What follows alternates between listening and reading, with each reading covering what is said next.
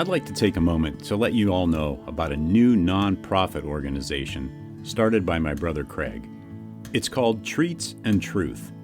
They fill oversized brown lunch bags with snack items, chips, crackers, popcorn, cookies, etc. Also, a bottle of water, toothbrush, toothpaste, sanitary wipes, and most importantly, a small gospel-tract book of John. No cigar? I'll have to talk to him about that. The bags are then hand-delivered to the homeless and people in need in and around the Los Angeles area. Let's help get this ministry off the ground.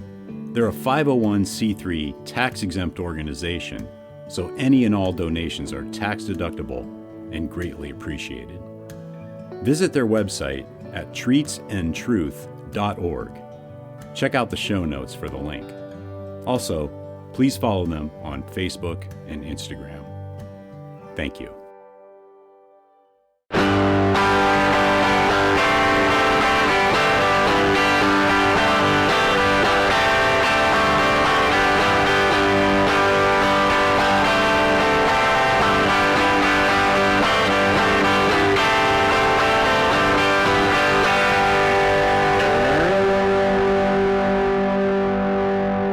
Welcome to episode 211 of the Burning Bush Podcast, where we share the message of the Bible while enjoying a good cigar. Hope you're doing well, and I'm glad you've joined me. In this episode, we're reading the New Testament book of Acts, chapter 24, with commentary from the notes in the Charles Spurgeon Study Bible, and I'm smoking the Drew Estate Deadwood Tobacco Company Girl with No Name in the Toro 6x52 Vitola. So let's go over to cigarsinternational.com and see what they have to say. We don't know her name, but she's welcome here. A mysterious new stranger has ridden into the town of Deadwood, South Dakota, to unite with the 4 other bewitching and infamous ladies who inspire Drew Estate's Deadwood Tobacco Company cigar line.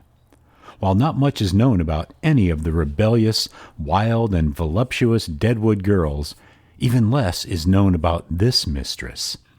That's why we call her the Girl with No Name.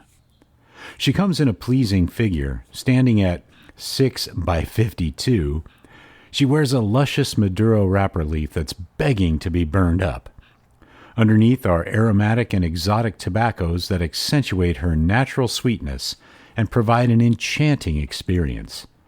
Take this shady lady for a spin and watch her put on a show you won't soon forget. And the wrapper is Mexican San Andres Maduro. Binder and filler are both undisclosed. And she comes in the Toro 6x52 Vitola and the new Lonsdale 7x44. That is the Drew Estate Deadwood Girl with No Name. So let's get into our reading of Acts chapter 24. I am reading from the English Standard Version, the ESV, and verse 1. And after 5 days, the high priest Ananias came down with some elders and a spokesman, one Tertullus. They laid before the governor their case against Paul. And when he had been summoned, Tertullus began to accuse him, saying, Since through you we enjoy much peace, and since by your foresight, most excellent Felix, reforms are being made for this nation in every way and everywhere, we accept this with all gratitude. But to detain you no further, I beg you in your kindness to hear us briefly. For we have found this man a plague, one who stirs up riots among all the Jews throughout the world, and is a ringleader of the sect of the Nazarenes.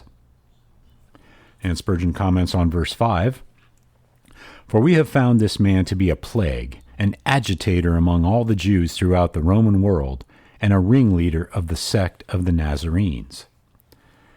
Nazarene is not at all the same word as Nazarite. It is a different word in the Hebrew. Nazarite among the Jews would have been a title of honor, but Nazarene is simply a name of contempt.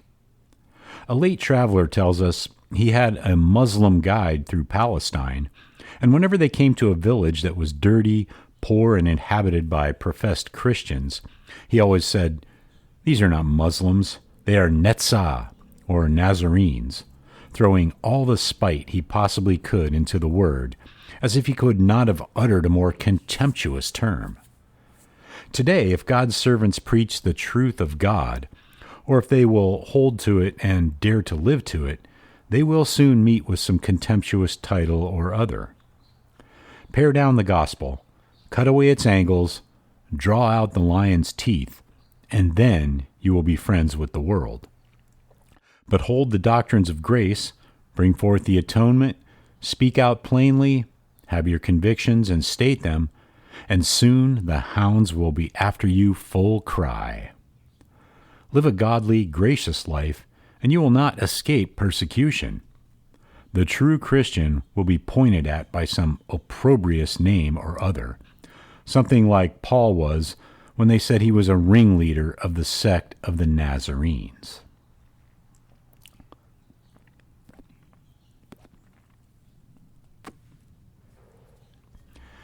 And continuing in verse 6, he even tried to profane the temple, but we seized him. By examining him yourself, you will be able to find out from him about everything of which we accuse him. The Jews also joined in the charge, affirming that all these things were so. And when the governor had nodded to him to speak, Paul replied, "Knowing that for many years you have been a judge over this nation, I cheerfully make my defense. You can verify that it is not more than 12 days since I went up to worship in Jerusalem, and they did not find me disputing with anyone or stirring up a crowd, either in the temple or in the synagogues or in the city. Neither can they prove to you what they now bring against me.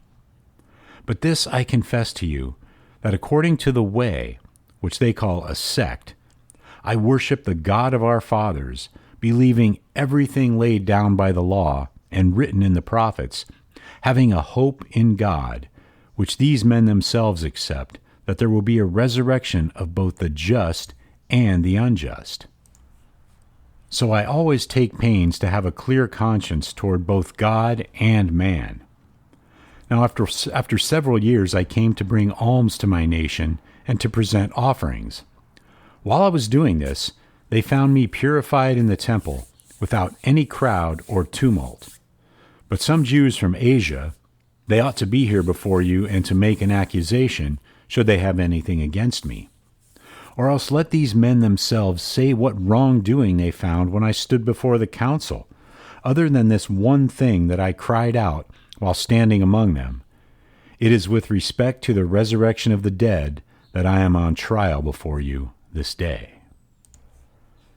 But Felix, having a rather accurate knowledge of the way, put them off, saying, "When Lysias the tribune comes down, I will decide your case."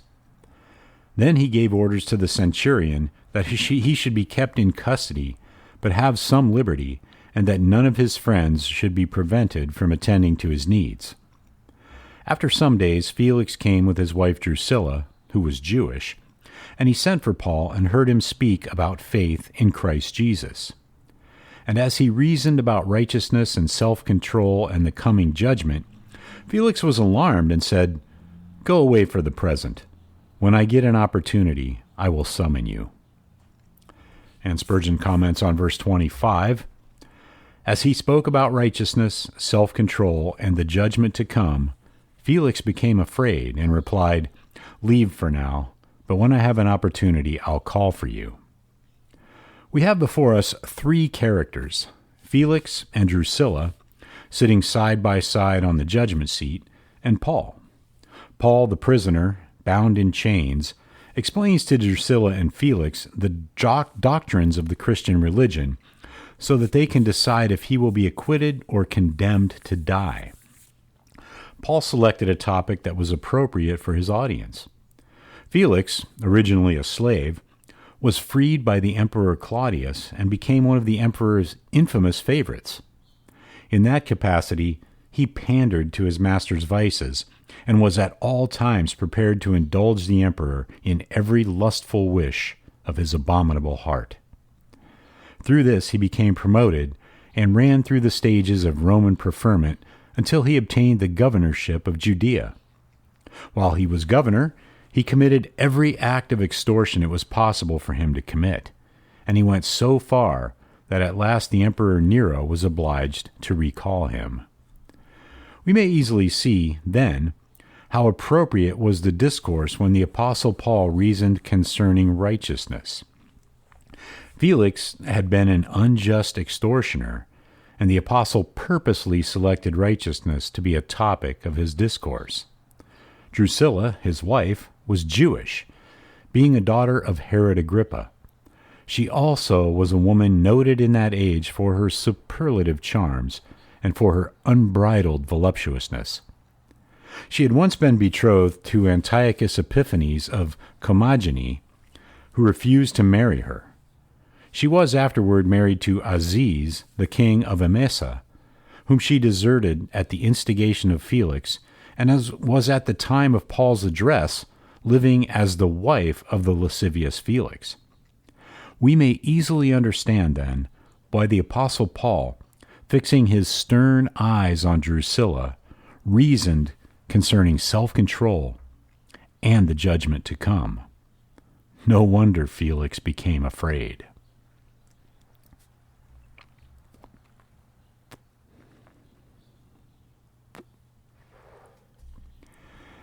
And picking back up in verse 26, at the same time he hoped that money would be given him by Paul, so he sent for him often and conversed with him.